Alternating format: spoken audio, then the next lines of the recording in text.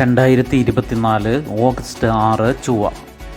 ഇന്ന് 1199 കർക്കിടകം 22. വാർത്തകൾ വായിക്കുന്നത് ജി രവി.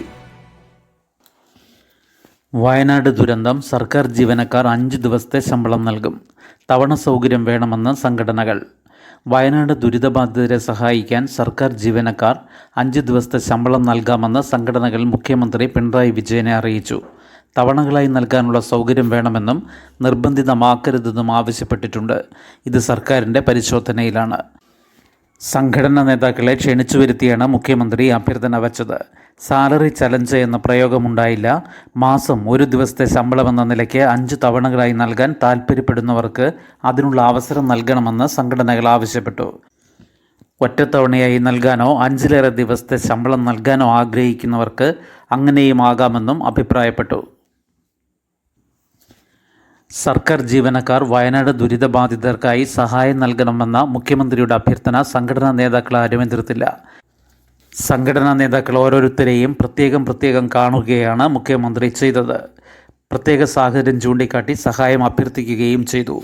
ജീവനക്കാർക്ക് സർക്കാർ നൽകാനുള്ള വിവിധ ആനുകൂല്യങ്ങൾ കുടിശ്ശികയായതും ദുരിതബാധിത മേഖലയിൽ ജോലി ചെയ്യുന്നതിലധികവും സർക്കാർ ജീവനക്കാരാണെന്നതും സംഘടനാ നേതാക്കൾ ശ്രദ്ധയിൽപ്പെടുത്തി. എങ്കിലും സഹകരിക്കാമെന്ന് തന്നെ വ്യക്തമാക്കി. സംഘടനകളുടെ അഭിപ്രായം മുഖ്യമന്ത്രിയും സർക്കാരും പരിശോധിച്ച ശേഷം തീരുമാനം പ്രഖ്യാപിക്കും. വയനാട്ടിലെ ഉരുൾപൊട്ടൽ ദുരന്തം അതിജീവിച്ചവർക്കുണ്ടായ മാനസികാഘാതം ലഘൂകരിക്കുന്നതിനുള്ള ശ്രമങ്ങളുടെ ഭാഗമായി 121 പേരടങ്ങിയ പ്രത്യേക സംഘത്തിന് സർക്കാർ രൂപം നൽകി. ആരോഗ്യവകുപ്പിൻ്റെ നേതൃത്വത്തിലാണ് ടീം രൂപീകരിച്ചത്. ആശുപത്രികൾ, ദുരിതാശ്വാസ ക്യാമ്പുകൾ, വീടുകൾ എന്നിവിടങ്ങളിൽ കഴിയുന്നവർക്ക് മാനസികാരോഗ്യ ഹെൽപ്പ് ഡെസ്കുകൾ മുഖേന സേവനം ഉറപ്പാക്കും. കുട്ടികൾ, പ്രായമായവർ, ഗർഭിണികൾ എന്നിവരുടെ പ്രശ്നങ്ങൾക്ക് പ്രത്യേക പരിഗണന നൽകും. മരണം 227. ദുരന്തത്തിന് ഒരാഴ്ച തികയുമ്പോൾ മരണം 227 വർദ്ധിച്ചു. ഇന്നലെ മുണ്ടക്കൈ ചൂരൽമല ഭാഗത്തു നിന്ന് 5 മൃതദേഹങ്ങളും ചാലിയാറിൽ നിന്ന് 1 മൃതദേഹവും ലഭിച്ചു. ചാലിയാറിൽ നിന്ന് 2 ശരീരഭാഗങ്ങളും ലഭിച്ചു.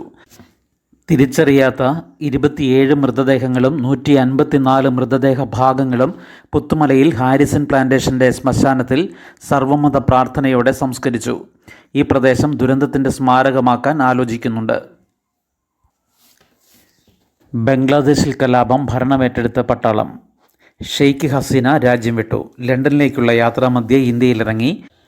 ഹസീനയുടെ രാജി പ്രഖ്യാപിച്ചത് സേനാ മേധാവി. സംവരണ വിഷയത്തിൽ വിദ്യാർത്ഥി സംഘടനകളുടെ നിസ്സഹകരണ സമരം കലാപമായി ആളിക്കത്തിയതോടെ ബംഗ്ലാദേശ് പ്രധാനമന്ത്രി ഷെയ്ഖ് ഹസീന രാജിവെച്ചു.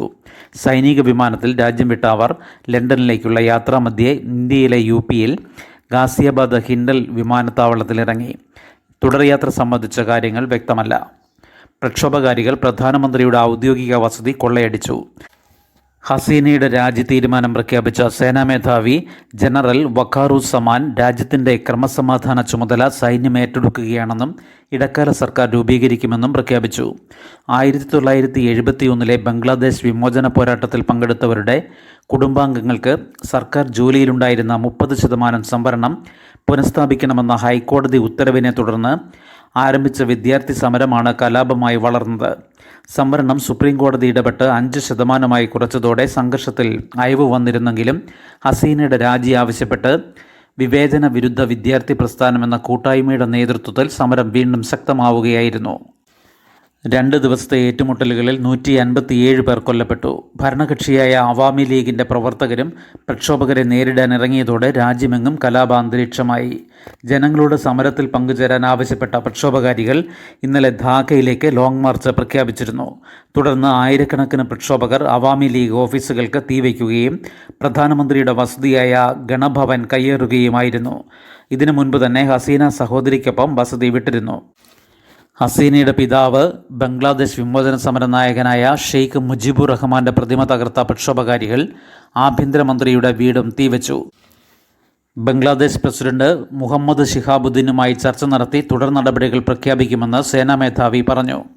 ഇന്ത്യ ബംഗ്ലാ അതിർത്തിയിൽ BSF സുരക്ഷ ശക്തമാക്കി. പ്രക്ഷോഭകാരികൾ ധാക്കയിലെ Indira Gandhi cultural centre തകർത്തിരുന്നു.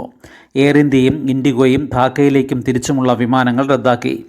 Chennai Dhaka IndiGo വിമാനം കൊൽക്കത്തയിലേക്ക് തിരിച്ചുവിട്ടു. ഇരു രാജ്യങ്ങൾക്കുമിടയിലെ ട്രെയിൻ സർവീസും റദ്ദാക്കി.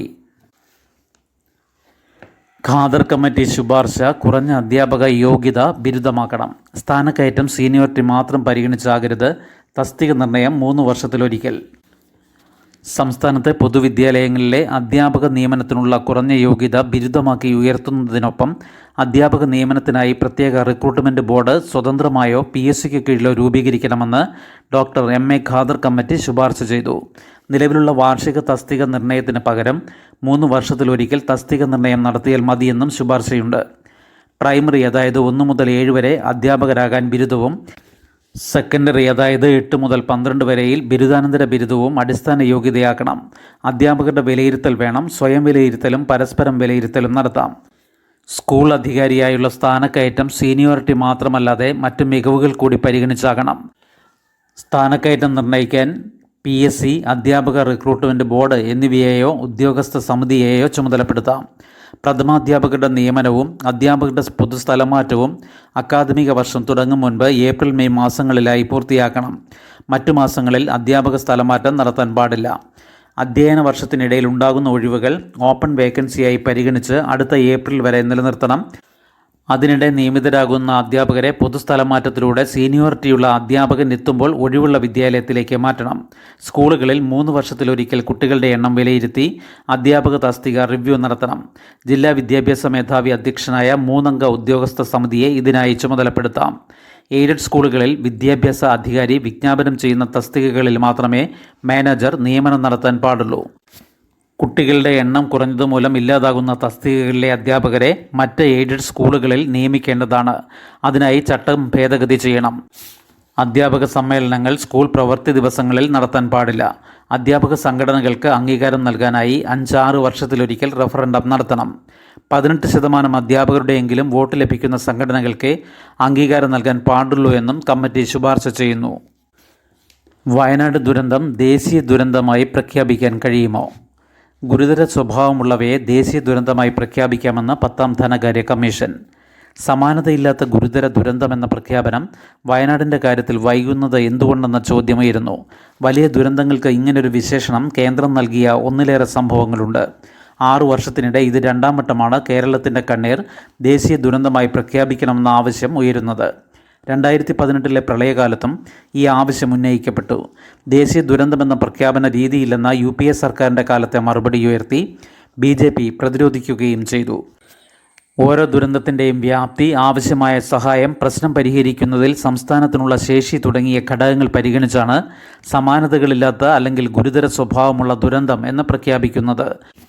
ഇത്തരം സാഹചര്യങ്ങളിൽ NDRFൽ നിന്ന് അധിക സഹായം ലഭിക്കും. കേന്ദ്ര സംസ്ഥാന പങ്കാളിത്തത്തോടെയുള്ള കലാമിറ്റി റിലീഫ് ഫണ്ട് മതിയാകാതെ വന്നാൽ പൂർണ്ണ കേന്ദ്ര ഫണ്ടായ കലാമിറ്റി കണ്ടിജൻസി ഫണ്ട് ലഭ്യമാക്കും. ദുരിതബാധിതർക്ക് ഇളവുകളോടെ വായ്പാ തിരിച്ചടവിനും പുതിയ വായ്പകൾ അനുവദിക്കുന്നതിനും വഴിയൊരുങ്ങും. ശുഭദിനം. നന്ദി.